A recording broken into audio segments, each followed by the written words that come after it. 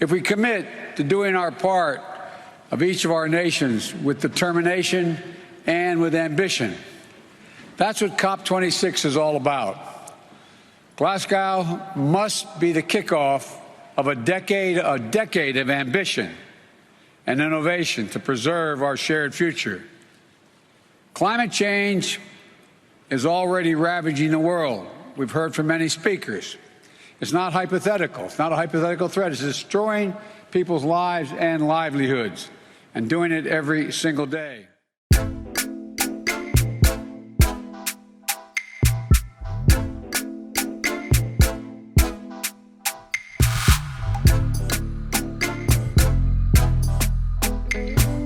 He's a fantastic contributor to a bunch of different places, the Daily Beast, the Atlantic, Rolling Stone, and that is Thor Benson. Thor, Mike Leon, Nick Savary, thank you so much for hopping on the podcast with us today.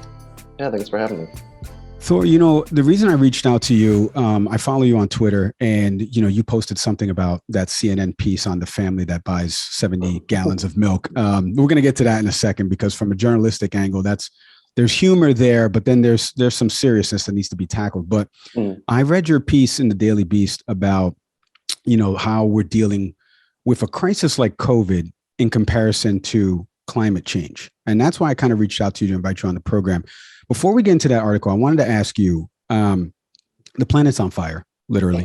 Well, there's proof of this. Why, for a literacy moment for our audience, can you explain why climate change is the most pressing issue facing us today as a planet? Well, because it affects everything, and that's one of the reasons it's interesting and a depressing way to write about it. But I mean, like sea level rise, you know, that affects a lot of things, and we have extreme weather events and extreme heat, and those kinds of things can affect our agriculture and our political climate, and it's just really all encompassing. I imagine you get a fair amount of feedback either through Twitter or various outlets of people sort of pushing back on some of the things you've written. Is there a particular stat or data point that you would sort of lob at a climate change denier that just may, again, as politicized as everything is, or at least, and that's the other article I wanted to dive into with you as well about COVID-19. But what would be a stat or data point you'd sort of lob at a climate denier to just at least give them pause? I mean, not change their conviction, but at least make them pause for a moment and question their conviction. Well, one thing I think is pretty easy to understand is if you just look at the timeline of how much carbon we've had in the atmosphere, you can really see it starting to rise quite quickly once we hit the Industrial Revolution and afterwards. So I just think just noticing that can at least get the idea that, okay, we are contributing to these carbon levels. And then once you get that, hopefully you can understand that there's some danger there.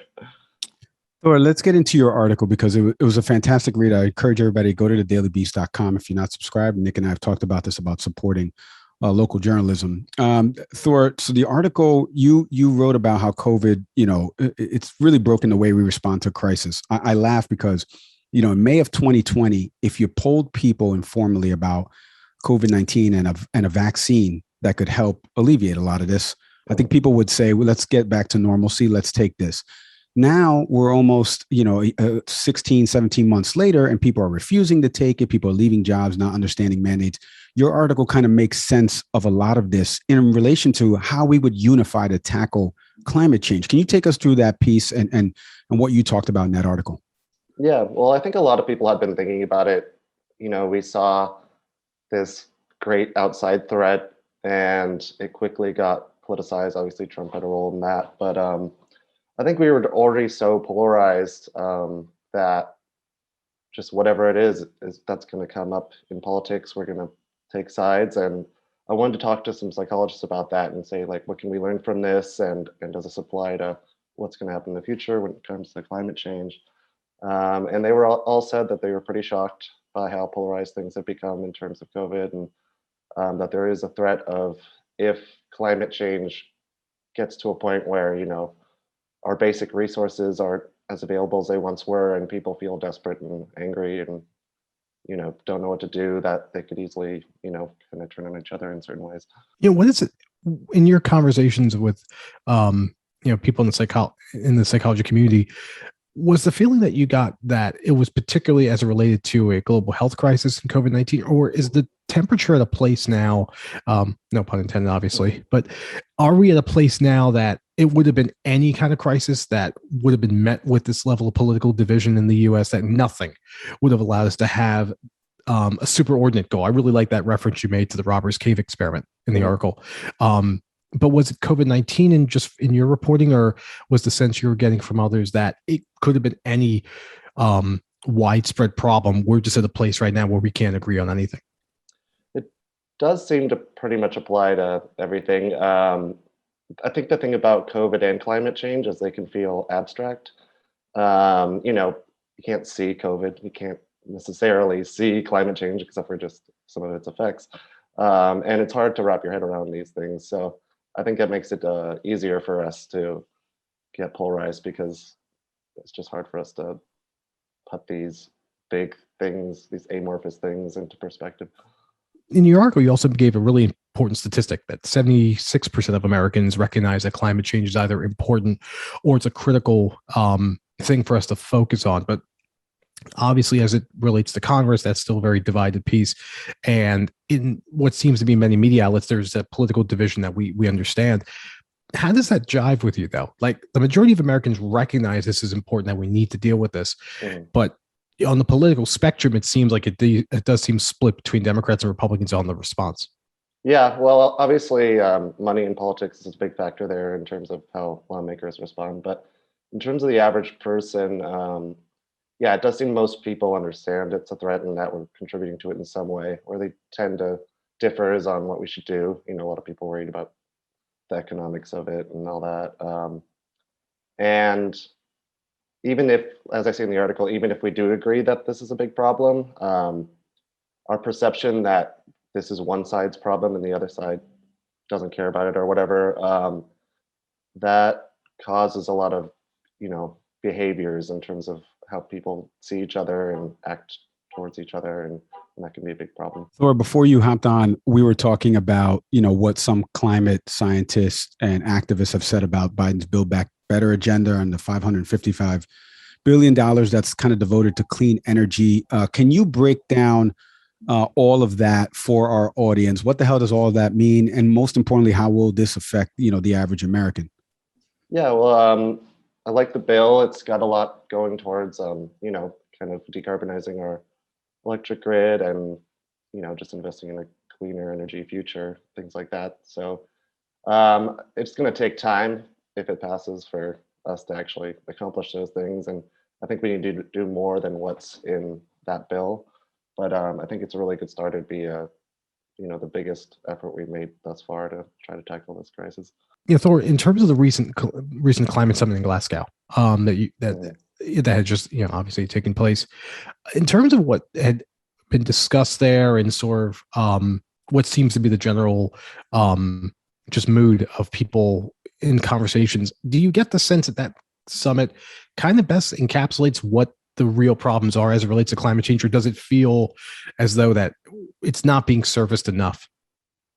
It seems like there was more frustration at this one than I've seen in the past, which I think is a good thing. Like, we should be frustrated. But it also does seem like, there's a lot of political players who have their own interests, just trying to, shape the conversation in a way that could make it seem like they're doing their best, but not commit too much to, things that they don't want to do.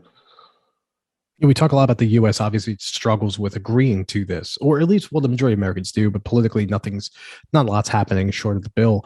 In your reporting, though, what are other parts of the world, though, if we think more globally, where the threat of climate change is better appreciated? There's changes being made sort of at a national level, things like that. Like, in your reporting, where do you feel there's a part of the world that seems to be getting it right or taking this as seriously as it needs to be? There's a lot of European countries where it seems like there's, greater appreciation for the threat we're facing here. And I think a lot of poorer countries that, are already starting to see the effects of sea level rise and things like that are very concerned about this. The United States, back to the money and politics thing, we really have a whole, industry that exists to convince politicians not to act on this problem. And it's far more of a problem here than it is in other places. But other countries have, like India, for example, relies on a lot of coal power, and so they didn't want to agree to, saying that they get rid of their coal power in these talks. But so yeah, there's a lot of factors out there. But yeah, I would say probably the people who are talking about it with the right amount of alarm are the people that are already starting to see the consequences. Great, Nick. Thanks to your cousins out there that are hurting us. And the Wow, it's Modi, man, dude. We got a brown Trump. Like, what do you want from us? I know. It's a Hindu nationalist country that believes in coal. Like, we're West Virginia to the tune of 1.5 billion people. Right. Nick does text me a lot about Modi, in fairness. Thor, I wanted to, before we let you go, I wanted to ask you, like I mentioned, how I found you on Twitter. We saw a piece, there was a piece running from CNN about the Biden administration and gas pump prices and inflation and how people are feeling it. And they interviewed this family that has, I think, about 11 kids. And they were talking about how they spend so much money at the grocery store, specifically on one item, milk, and the price of a gallon of milk and, how much this family buys. And as you've been seeing this play out, you're a writer, you've contributed to so many different publications, like we mentioned. Do you see something like that is from a journalistic standpoint, and Nick and I are both journalism majors, and is why we kind of came together to start this show.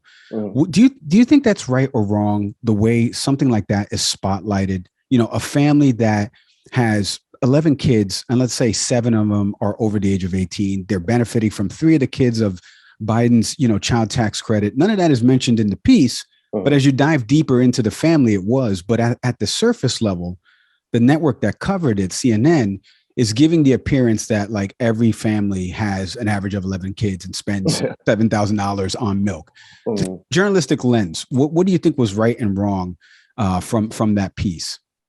Well, I think it's right to point out that families, are facing these kinds of struggles with, prices of goods and gas prices and stuff like that. But yeah, I think there's been a lot of, just because of the nature of the industry right now, there's been a lot of journalism that's focused on, things that aren't necessarily representative of what the average person is dealing with. Like, you'll see a picture of gas prices from an area where gas is always expensive in an article. And it's just like, okay, yeah, that exists, but it's not representative. So I think people should try to make sure, when they're focusing on these things, that you're focusing on what the average thing is rather than the most extreme.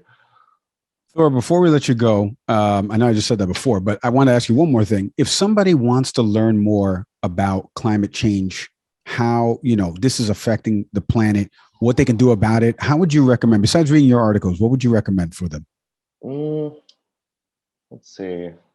I mean, maybe this is too academic, but Yale does a lot of good writing and communication efforts to try to help people understand this. So I think it's called the Yale Climate Communications Program or something. They have a lot of good resources and kind of make it simple for people. So I'd recommend checking that out.